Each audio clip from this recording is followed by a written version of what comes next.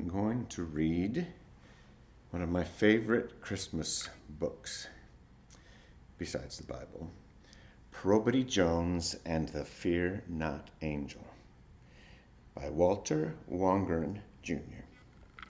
Illustrated by Tim Ladwig. He drew all the pictures. Let's begin.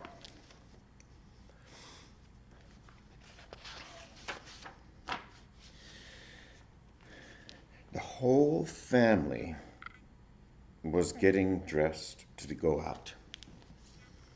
Everyone except Probity. Probity Jones was sick. Her mother had told her she was too sick to leave the apartment tonight. "I'm sorry, child," her mother had said. "You're burning with fever, and it's colder than 0 outside." "Oh, Mama, I got to go," Probity begged, trying to sit up. "I've been planning this for weeks. I memorized all the words. I can say them perfectly. Please, Mama, please let me go with you." Then her mother heaved a sorrowful sigh. It was the kind of sigh that always made Probity feel bad. Her mother was worn out from working, worn out from taking care of her 4 children alone, worn out from being forever and ever poor. How could Probity argue with such a sigh? "Baby," her mother said, "when I lost your daddy to sickness, I promised God I'd never lose another soul. I'm keeping the family whole, and you're staying home tonight." So that was final. Look at this picture.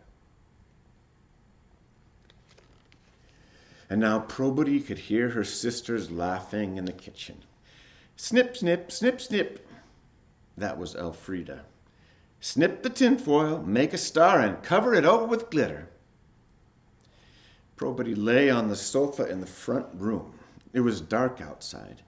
Probity was watching the white moon through the window. It shined on the snowy tops of the evergreen trees, but it moved all alone in heaven.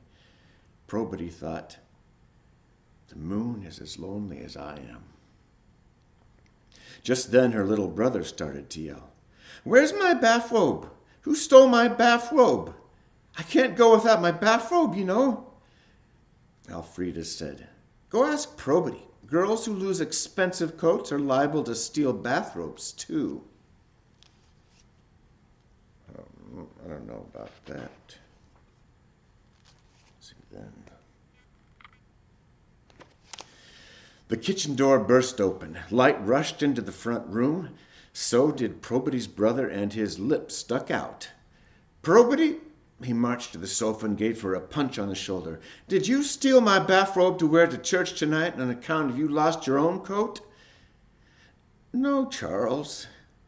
Probity felt like crying. "I don't have your bathrobe, and I'm not going with you tonight." Charles' eyes grew large. "Why not?" he said. He grabbed his sister's nightgown. "Probity, you got to go." "I can't," she said. "'Cause you lost your coat? 'Cause Mom was mad at you? You can wear my bathrobe. I don't mind." "No, Charles. It's because I'm sick."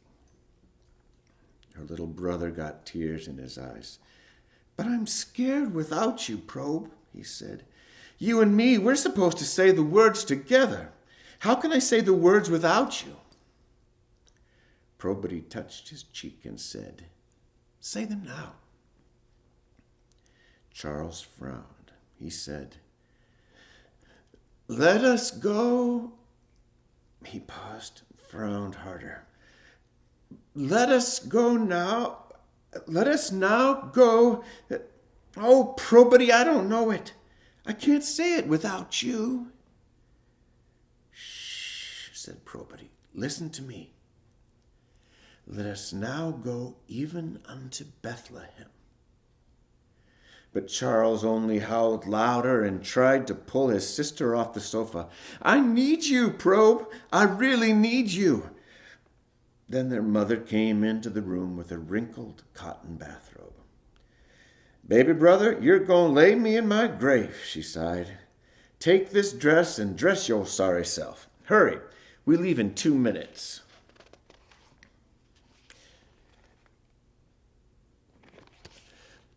Charles ran from the room yelling, I'm going to mess up. Nobody cares if I mess up. Probity's mother gazed at her a while. I'm not mad at you for losing the coat, she said. I'm just worried. I don't know how to get you another one. She leaned down and kissed her daughter in the middle of the forehead. Mrs. Johnson down on the second floor. She knows you're home. I asked her to look in on you. Get well, little sister. I love you. I do. It was Christmas Eve. Tonight, the children were going to church to be in the Christmas pageant. Charles and Carolyn and Elfrida were supposed to be shepherds. Charles had the speaking part, and Probity had been picked to be the fear-not angel, the best part she ever had in her life. She had memorized the words, Behold, I bring you good tidings of great joy. But her mother was right. She was very sick. Probity's bones ached. Her brains felt woozy. She was sweaty cold all over. Now Elfrida popped into the front room and shined a flashlight on her grinning face. See the sparkles, she said. Sure enough, Probity saw tiny twinklings of glitter in her sister's hair. Elfrida waved a stick that had a tinfoil star at the end of it, also covered with glitter. My invention, she said. This is the star the wise men followed to Bethlehem. Everyone says it's a good thing you messed up, Probe. I'll make a better angel than you. I know how to dress pretty and don't lose my clothes. Bye. Elfrida. The kitchen light went off. The back door opened and shut. Then the whole family clattered down the apartment stairs, past Mrs. Johnson's place on the second floor, past the Alvarez's on the first, and out into the snow. Probity could hear them laughing as they walked off to church. She stared at the moon, perfectly round in the lonely sky, perfectly white. Glitter sparkled in the darkness. 10 million stars, 10 million bits of ice. Probity Jones felt miserable. She began to shiver. No matter how many blankets covered her, she felt as if she were outside without a coat. And that, of course, is exactly what had happened to her yesterday. School had let out early for the Christmas holidays, and Probity Jones was walking home through a dangerous neighborhood. She should not have gone alone. She surely should not have been wearing her new coat. She had spent the whole morning showing it off to everyone in school. At 12 noon, it started to snow. Then 3 boys began to follow her, so Probity made her feet go faster. Wait, wait, the boys hollered. We just want to talk. Probity clutched her school bag and ran as fast as she could. They ran too, smooth as athletes, laughing and calling, Give it up, girl, we the marathon men. Ain't no one as can escape from us. The snow was falling harder now. Probity cut down a narrow alley and kept on running until she heard nothing but her own steps. She stopped. She stood still, holding her breath, listening. The snow was like curtains.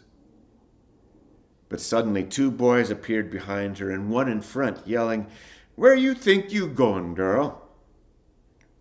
Home, said Probity Jones. I'm going home. The loud boy grabbed her bag and opened it. How you planning to get home? He sneered. Walking, said Probity. She felt like she would cry soon. Give me back my bag. The boy pulled out her papers and threw them into the wind, then pushed the empty bag against her stomach. No, you don't understand, he growled. How you plan to pay to get home? Pay? Pay? I don't have anything. The boy stood back and roared. Now you are a liar for sure. We saw you sashaying all up and down the school hall, proud of that coat. The coat, girl. The coat is our pay. Give us your coat and you can go. Her new coat. Probity could not take it off. She could only bow her head and cry. So the boys unzipped the expensive coat. They held her arms back and pulled off the sleeves, then vanished into the whirling snowfall. The wind was howling. All the city was hidden in white. Probity wore nothing but jeans and a cotton shirt, and now she was lost. It must have been after 2 o'clock when she found her way home, shaking with cold and very sick.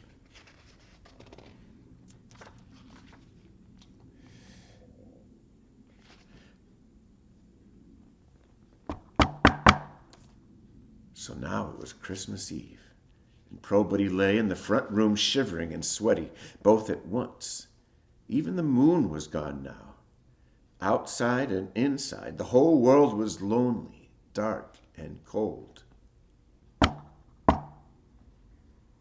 Probity thought she heard someone knocking in the apartment. There it was again. Poor Probity. Even under the covers, she was freezing. But maybe it was Mrs. Johnson come to check on her.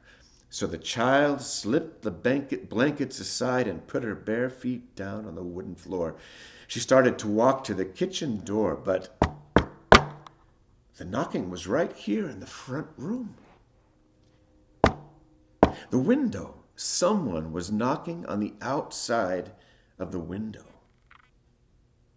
Probity crept over to the window and saw that the snow had begun to fall again, as thick as wool and perfectly quiet.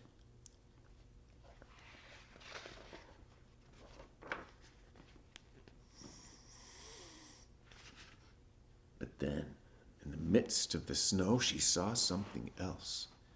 She gasped. Just outside the window was a beautiful person, all dressed in white and bright as the moon, looking straight back into Probity's eyes. This person smiled, then opened the window on the tips of her fingers and said, "Come, Probity Jones, it's time to go." Probity could only stare. Go where? The person outside was as tall as the night. She had wings wider than the dawn, with feathers more silent than snow. Her robes were silken, and over her shoulders she wore a shawl of the softest cashmere. She bent down and kissed Probity in the center of her forehead. "Why, to the Christmas pageant, of course," she said.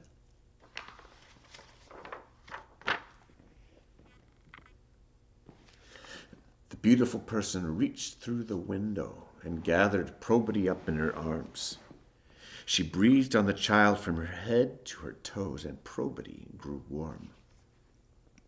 The thick snow surrounded them, and the apartment building was swallowed up, and it seemed that they were flying. Yes, they soared so high in the night that the city and all the falling snow went down below them. They ascended to the pathways of the moon, where the night is kind, and 10 million stars are the sizes of children, and everyone was flying eastward. But then Probity glanced down and saw white mountain peaks below her bare feet. She started to whimper, "Oh no." But the one who carried her said, "Fear not, Probity. God would never let you fall. And who else but God has invited you to the pageant?" They crossed a sea as deep as dreaming. Then they began to descend over another country, a dark one, a land where the only light was fires. Campfires, cook fires, torches. Probity saw round hills in the night, narrow gorges between them, and little villages made out of wood and stone. Faster and faster the hills rose up. They seemed covered with snow. No, not snow. The white on the hills was wool, sheep's wool. Probity was looking at sheep asleep on the hillside, and there beside them were shepherds too, 3 shepherds keeping watch over the flocks. "Hush now," whispered the person who had flown so far, so swift and silently with Probity. "Hide inside my shawl, child, and watch, watch."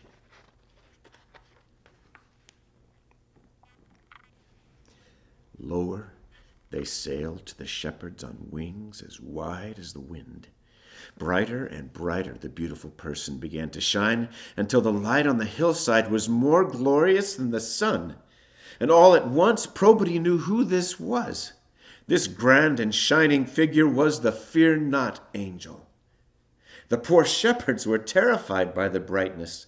They dropped to the ground and covered their heads with their arms. But the angel said, "Fear not. Behold, I bring you good tidings of great joy." Wait. Probity knew those words. These were the very words she had memorized for the pageant. Oh, she was happy now. She stuck her head out beneath the angel's throat and sang along as loudly as she could sing. She and the angel sang together, "For unto you is born this day in the city of David a Savior, which is Christ the Lord." The shepherds lowered their arms and looked up. 2 of them had glitter in their hair. One was wearing an old wrinkled bathrobe. Probity and the angel sang, "And this shall be a sign unto you. Ye shall find the babe wrapped in swaddling clothes, lying in a manger."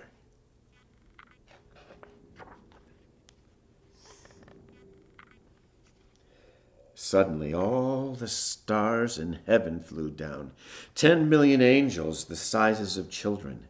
It was as if the whole sky were a great wheel turning and burning.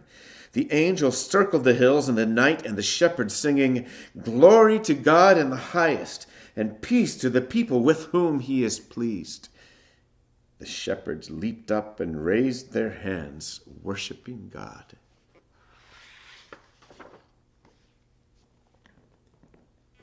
And when the roaring chorus was over, and the hosts had flown back into heaven, and the Fear Not angel too had dimmed her brightness, Probity saw that 2 of the shepherds were smiling. But one was frowning, the one with the wrinkled bathrobe. Her heart was beating hard for that shepherd. He coughed. He rubbed his forehead. He muttered, "Let us now go even..." Suddenly he threw back his head and shouted at the top of his lungs, "Go even unto Bethlehem, and see this thing which is come to pass, which the Lord hath made known to us." Probity clapped her hands. She clapped and wished that she could kiss the little shepherd, but no one heard her, and all 3 shepherds were already racing over the hills to the north.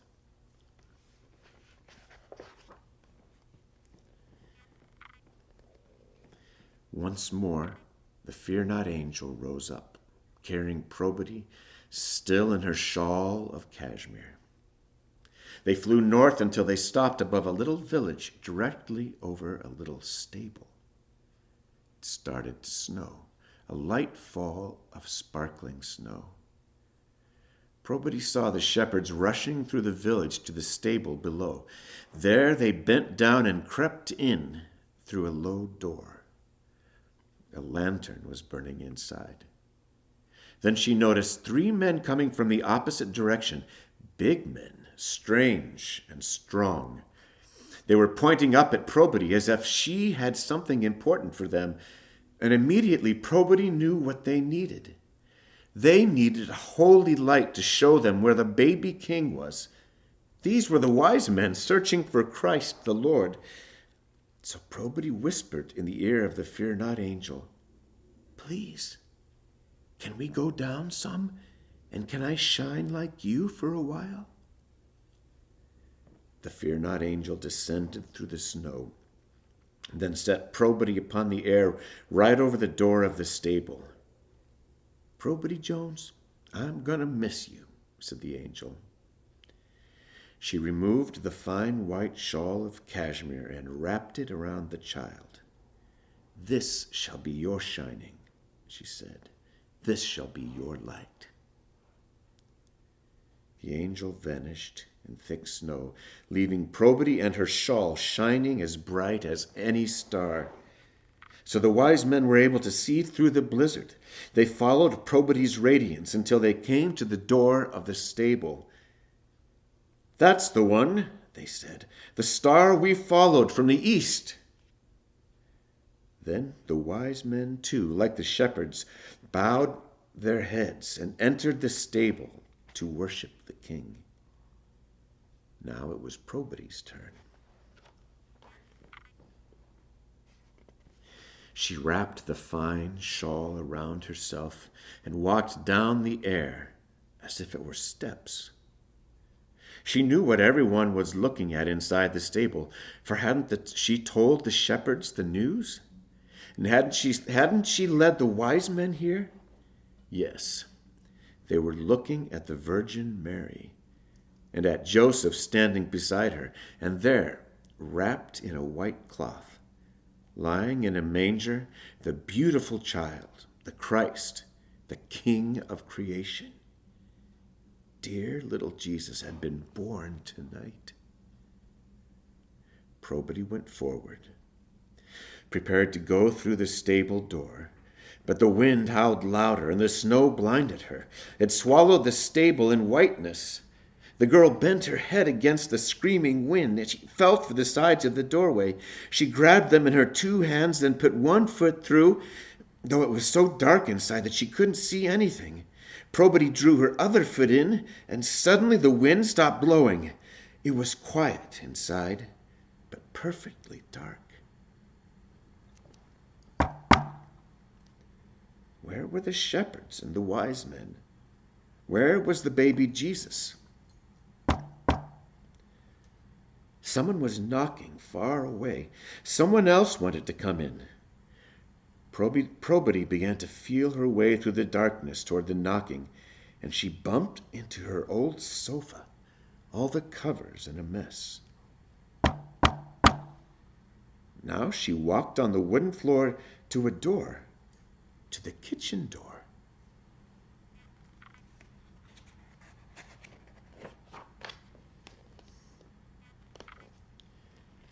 "Probity, Probity!" That was her little brother Charles' voice. So Probity Jones switched on the light and ran to the back door of the apartment. She unlocked the lock, took hold of the doorknob, and threw the door wide open. Charles ran straight into the room and grabbed his sister and danced and danced. I did it, he cried. "I said all the words. Oh, Probe, it was just as if you were there with me." Elfrida and Carolyn came in with snow glitter on their shoulders. "Girl, you should have heard that angel sing," they said. "It was the angel of heaven. It surely was." But behind them all, still framed in the doorway, was Probity's mama, her eyes as bright as diamonds. She was staring hard at her daughter. "Child, something happened here, didn't it?" "Yes'm, it did." "Look at you, baby. Look at my girl in a bright new coat." Probity walked forward and pressed her head against her mama's stomach. The woman knelt down and hugged her. "What, child? What happened tonight?" "Oh, Mama, the angel of the Lord came down and carried me off to Bethlehem. And Jesus was born, and I was there, and so was Charles, talking so beautiful. And Elfrida and Carolyn, too. And I got to tell the good news to the people. Me, Mama, Probity Jones. I was at the pageant. We were all there together."